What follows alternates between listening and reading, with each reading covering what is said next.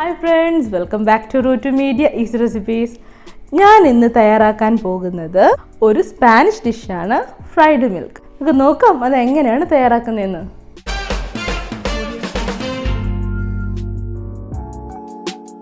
നമുക്കിത് തയ്യാറാക്കാനായിട്ട് ആദ്യമേ തന്നെ ഈ ഒരു കപ്പിൻ്റെ അളവിൽ ഞാൻ കോൺഫ്ലോർ എടുക്കുന്നുണ്ട്.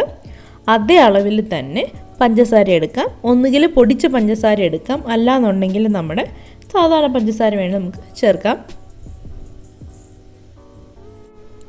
നമുക്കിനി ഇത് രണ്ടും നന്നായിട്ടൊന്ന് മിക്സ് ചെയ്തെടുക്കാം, പഞ്ചസാരയും കോൺഫ്ലോറും കൂടി. പിന്നെ നമ്മൾ ശ്രദ്ധിക്കേണ്ട കാര്യം എന്ന് വെച്ചാൽ ഇത് രണ്ടും ഒരേ അളവിൽ തന്നെ എടുക്കുന്നതായിരിക്കും നല്ലത്.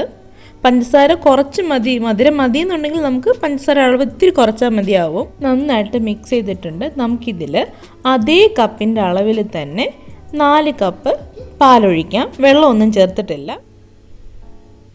നമ്മൾ കോൺഫ്ലോർ ഏത് കപ്പിൻ്റെ അളവിലെടുക്കുന്നോ അതിൻ്റെ 4 ഇരട്ടി, അതാണ് പാലിൻ്റെ കണക്ക്.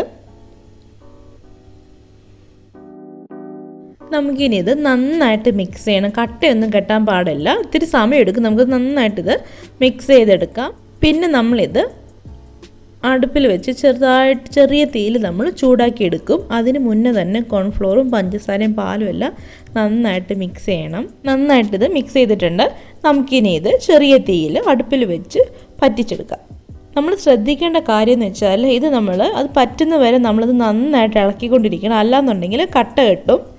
അടിക്കൂട്ടി തന്നെ നന്നായിട്ട് നമുക്കിതൊന്ന് ഇളക്കിക്കൊണ്ടേയിരിക്കാം. ഇതിൻ്റെ കട്ടി എന്ന് പറയുന്നത് നമ്മൾ മിൽക്ക് മെയ്ഡ് ഇല്ലേ, അതിൻ്റെ ആ ഒരു തിക്നെസ് വരെ നമ്മളിതൊന്ന് ഇളക്കിയെടുക്കണം. അത് കഴിഞ്ഞിട്ട് തീ ഓഫ് ചെയ്തിട്ട് ആ ചെറിയ ചൂടോടുകൂടി തന്നെ നമ്മൾ ഒരു പാത്രത്തിലേക്ക് മാറ്റണം.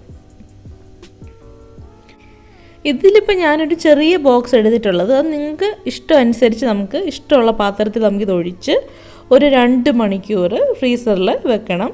ഇതൊന്ന് ഒഴിച്ച് കഴിഞ്ഞിട്ട് ഇതിൻ്റെ ചൂട് ചെറുതായിട്ടൊന്ന് ആറിയതിന് ശേഷം മാത്രമേ ഫ്രീസറിലൊക്കെ വെക്കാൻ പാടുള്ളൂ കേട്ടോ. ഞാൻ പിന്നെ ഇത് സെറ്റ് ചെയ്തിട്ടുണ്ട്, ചൂടാറിയിട്ടുണ്ട്. നമുക്കിത് ഫ്രിഡ്ജിലേക്ക് വെക്കാം.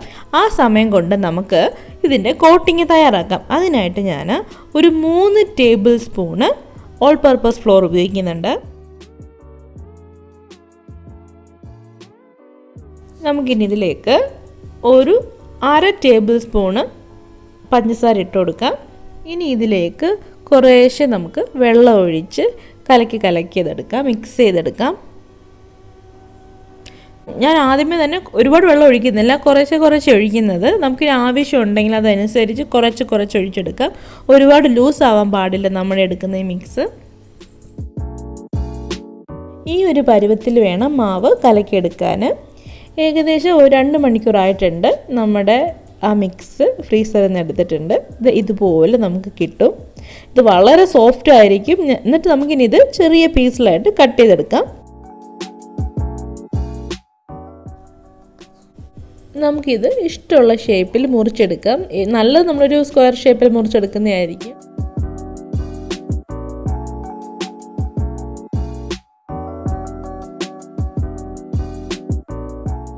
ഇതുപോലെ സോഫ്റ്റ് ആയിരിക്കും. നല്ല എന്താ പറയുന്നത്, ജെല്ലിയിലൊക്കെ തൊടുന്ന പോലെ ഇരിക്കും.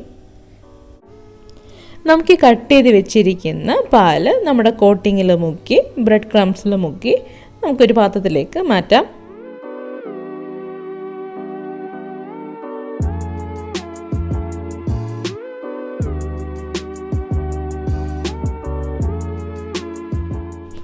എല്ലാ പീസും ഇതുപോലെ നമ്മൾ കോട്ടിങ്ങിൽ മുക്കി ബ്രെഡ് ക്രംസിൽ മുക്കി എടുത്ത് വെച്ചിട്ടുണ്ട്.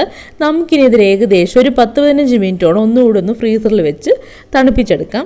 10 മിനിറ്റ് കഴിഞ്ഞിട്ടുണ്ട്. നമുക്കിനി ഇത് എണ്ണയിലിട്ട് ഫ്രൈ ചെയ്തെടുക്കാം. ഇതിൽ ഉപയോഗിക്കുന്നത് സൺഫ്ലവർ ഓയിലാണ്. നല്ല ചൂടായതിന് ശേഷം മാത്രമേ നമ്മൾ ഇത് ഇട്ട് കൊടുക്കാവൂ. അങ്ങനെ നമുക്ക് എല്ലാ പീസും ഇതിലേക്ക് ഇട്ട് കൊടുക്കാം.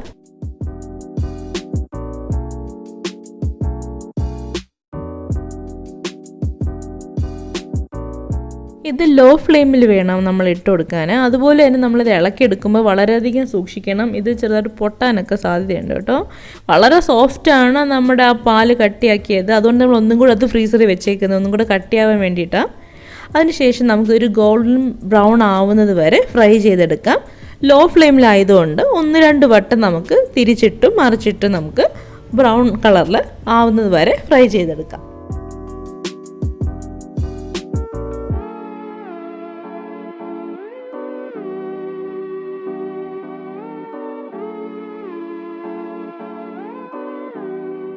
ഇത് ഏകദേശം ഒരു ഗോൾഡൻ ബ്രൗൺ കളർ ആയിട്ടുണ്ട്. നമുക്ക് വേണമെങ്കിൽ ഒന്നും കൂടി ഒന്ന് തിരിച്ചിട്ട് ചെറുതായിട്ട് ഒന്നും കൂടി ഒന്ന് ഫ്രൈ ചെയ്ത് നമുക്കിതൊരു പാത്രത്തിലേക്ക് മാറ്റാം.